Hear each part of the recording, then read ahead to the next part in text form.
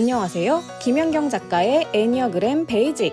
애니어그램을 처음 접하시는 분들 혹은 정확한 복습이 필요하신 분들을 위해 저 김연경 작가가 직접 애니어그램 이론을 간단 요약해드리는 시간입니다. 애니어그램은 9가지 유형 전체를 함께 공부했을 때 훨씬 유익하고 풍부한 통찰을 얻을 수 있기 때문에 자신의 유형뿐 아니라 다른 유형의 콘텐츠도 같이 살펴보시는 것을 추천드립니다. 오늘은 7번 유형의 본질적 특성에 대해 알아봅니다. 참, 더욱 유익한 정보를 얻고 싶으시다면 잊지 말고 좋아요, 구독, 알림 설정 꼭 부탁드립니다.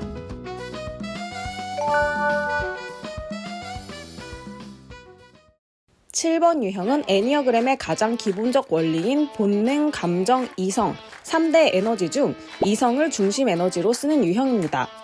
이성 중심 유형들은 세상은 거대하고 위험한 곳이며 나는 혼자 삶을 헤쳐나가기에는 미약하고 부족한 존재라는 세계관을 갖고 있습니다. 따라서 환경과 미래를 최대한 합리적으로 예측하여 안전하게 대처하는 것을 가장 중요한 관건으로 여기며 이 욕구를 다루는 방식과 전략에 따라 몰입, 무시, 억압 3가지 유형으로 나뉩니다. 이성에 몰입하는 5번 유형이 세상보다는 자신의 내면 세계에 의존하고 이성을 무시하는 6번 유형이 자신과 세상 사이에서 균형을 잡으려 오락가락한다면 이성을 억압하는 7번 유형은 세상에 적극적으로 의존함으로써 근원적 불안과 공허를 해결하려 합니다. 7번 유형은 인생의 답은 분명 이 세상 어딘가에 있으며 그것을 찾아 누리기만 하면 된다고 믿습니다. 따라서 자신의 문제를 해결해 줄 것이라 기대되거나 적어도 잠시나마 잊게 해줄 것들을 찾아 끊임없이 헤매고 다닙니다. 이러한 7번 유형은 행동 중심적, 목표 지향적으로 보이기 때문에 본능 중심 유형으로 오인되거나 감정 기복이 심하고 잘 드러나는 탓에 감정 중심 유형으로 오인되는 경우가 많습니다. 그러나 7번 유형의 적극적이고 낙천적인 태도의 근원에는 방어적이고 강박적인 동기가 깔려 있습니다. 7번 유형도 불안이 핵심 정서인 이성 중심 유형이라는 증거죠. 실제로 7번 유형들과 조금이라도 가까이 지내다 보면 겉보기보다 스트레스가 많고 신경질적이라는 사실을 알게 되는 경우가 많습니다. 7번 유형은 자신의 부정적 정서에 머물러 있기를 싫어합니다.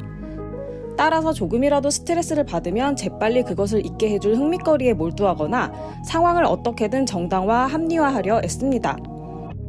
가장 애용하는 전략은 미래의 가능성, 즉 아직 찾지 못한 오아시스에 대한 상상과 계획이죠. 낙천적 상상력과 더불어 머리형 특유의 현실적 감각을 겸비한 7번 유형은 실제로 가장 미래지향적인 사람들입니다. 물론 이러한 긍정적인 사고방식이나 기분전환 자체가 잘못된 건 아닙니다. 그러나 부정적 정서를 거부하고 회피하는 태도는 7번 유형으로 하여금 문제의 본질을 직시하지 못하게 하고 경험을 통한 성장과 내면의 통합을 방해합니다. 무엇이든 좋게 생각하려는 강박이 반대로 무엇이든 있는 그대로에 만족하지 못하게 하고 미래의 가능성에 대한 강박이 지금의 현실에 충실하지 못하게 만드는 것이죠. 7번 유형은 인류의 잃어버린 낙원, 즉 어머니의 태내에서 모든 것이 편안하고 만족스럽고 안전하다고 느끼던 시절에 대한 무의식적 기억에 사로잡혀 있습니다. 따라서 뭔가 만족스럽지 못하면 잘못되었다 느끼고 반사적으로 바로잡으려 듭니다.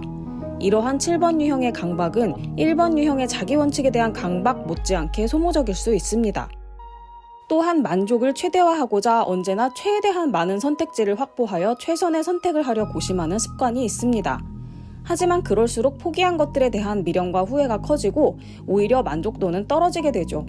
이렇게 만족에 집착한 나머지 진정한 만족에서 멀어지게 되는 것이 바로 7번 유형의 고착인 쾌락이랍니다.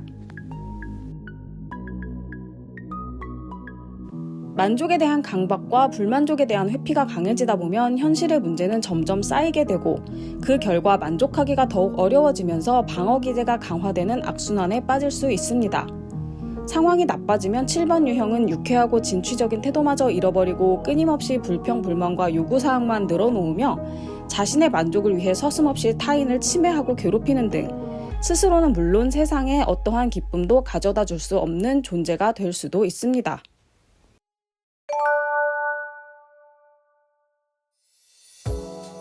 특유의 낙천적이고 미래지향적인 태도는 7번 유형의 강점입니다.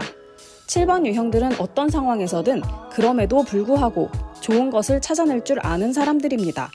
세상은 본래 기쁨으로 가득 차 있으며 누구나 충분히 누릴 자격이 있고 어둠을 이겨내려면 어둠에 집중하기보다 빛을 향해야 한다는 진리를 7번 유형들은 알고 있습니다. 7번 유형의 의식성장은 자신의 부정적 감정을 직시하고 고찰하는 데서 시작됩니다. 그래야 도피처로서가 아닌 진정으로 원하는 것이 무엇인지도 알아차릴 수 있게 되죠. 궁극적으로는 세상과 자신은 있는 그대로 충분하며 현재를 온전히 누리는 것이 진정한 만족임을 깨달아야 합니다. 파랑새는 우리 집에 있었네. 건강한 7번 유형은 작은 일에서도 기쁨과 가능성을 찾아내고 이를 주저없이 드러냄으로써 공동체의 활력소가 됩니다. 이것이 7번 유형의 미덕인 감사랍니다. 이러한 7번 유형의 역사적 인물 가운데는 기발한 상상력, 과감한 실행력으로 인류의 새로운 가능성과 다채로운 감동을 선사한 예술가와 학자들이 많답니다. 7번 유형의 본질을 살펴보았으니 이제 7번 유형에 대한 대표적 오해들을 풀어보도록 할까요?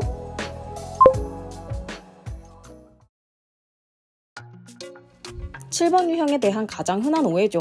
그러나 외향적 또는 내향적인 성향은 애니어그램 유형과는 관계없으며 5대 성격 특성 중 외향성과 관계가 있습니다. 다만 7번 유형은 3번, 8번 유형과 함께 에너지가 바깥쪽으로 향하는 유형에 속하므로 실제보다 외향성이 높아 보일 수 있습니다.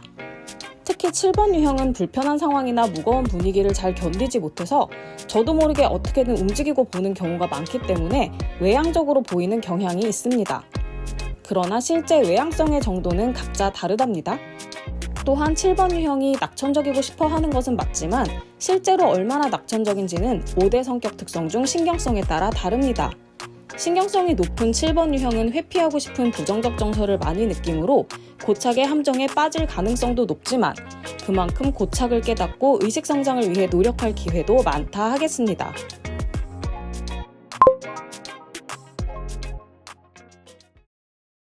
이러한 이미지 때문에 산만하거나 참을성이 없다는 이유만으로 7번 유형으로 오인되는 경우가 많습니다.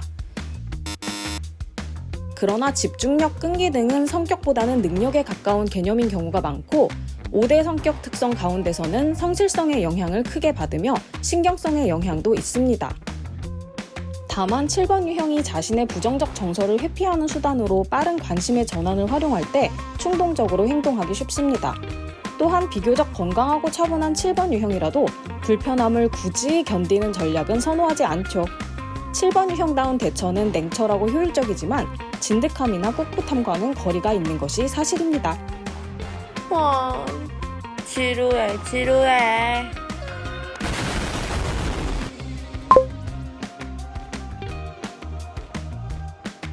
재능과 성격은 직접 관계가 없지만 7번 유형이 이런 이미지를 갖게 된 이유는 있습니다. 우선 7번 유형들은 내면의 불안과 공허를 잊기 위해 당장 흥미를 끄는 일에 몰입하기를 좋아합니다. 어떤 분야든 기초에서 어느 선까지 숙달하는 데는 흥미와 몰입이 무엇보다 중요한 법이죠.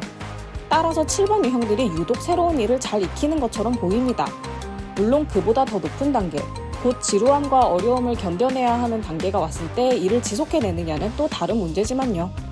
또 하나, 7번 유형은 최대한 다양한 가능성을 시도하길 좋아하므로 작은 재능이라도 갖고 있다면 전부 세상에 펼쳐놓는 경향이 있어 유독 재주가 많은 것처럼 보이는 것이랍니다.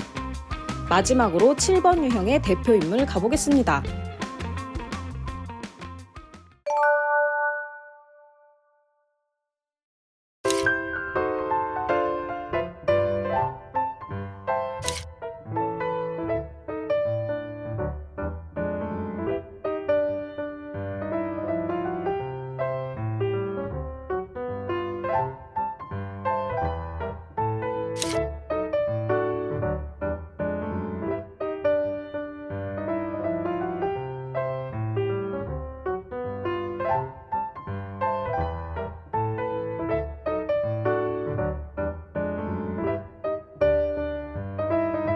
바로 이해가 가는 사례도 있고 조금 의아한 사례도 있으셨죠? 7번 유형의 다양성에 대해서는 날개와 3대 본능적 변형 이론을 공부하시면 더 잘 아실 수 있답니다. 오늘은 여기까지!